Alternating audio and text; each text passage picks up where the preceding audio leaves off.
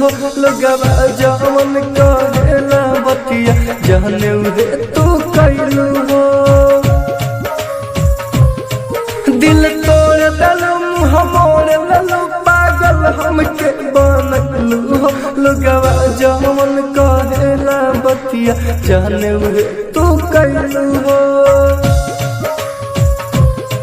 तोरा बिना ना जी पाइब घुट घुट के हम मर जाइब तू ही तो बारू जिंदगी सनम। हमारा के तू भूल गइलो दोसरा के बाह में झुल गइलो बोल काहे हो गइलो बेरहम। एकता रिकॉर्डिंग स्टूडियो सेमरा बाजार।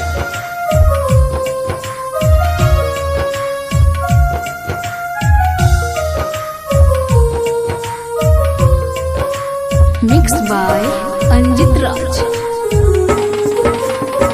कैले रहुआ तोहरे बनब दुल्हनिया छन भर में हमारो जार दिल दुनिया। मीठ बोली बोल के प्यार के जाल में हमरा के फंसैलू हो ई दिल हमर नाजुक के रहे एकरो से दगा तू कैलू हो।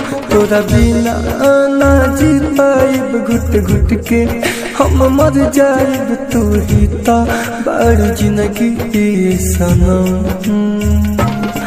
हमरा के तू भूल गइलो दोसरा के बाह में झुल गइलो बोल काहे हो गइलो बेरहम।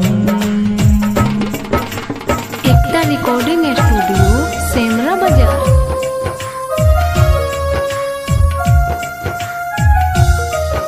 मिक्स बाय अंजित राज।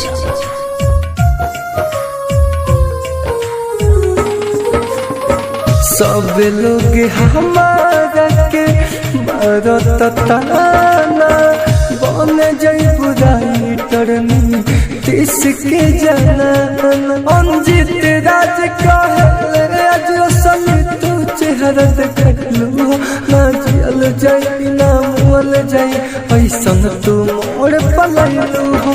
तोरा बिना ना जी पाइब घुट घुट के हम मर जाइब तू ही तो बारू जिंदगी सनम। हमरा के तू भूल गइलो दोसरा के बाह में झुल गइलो बोल काहे हो गइलो बेरहम।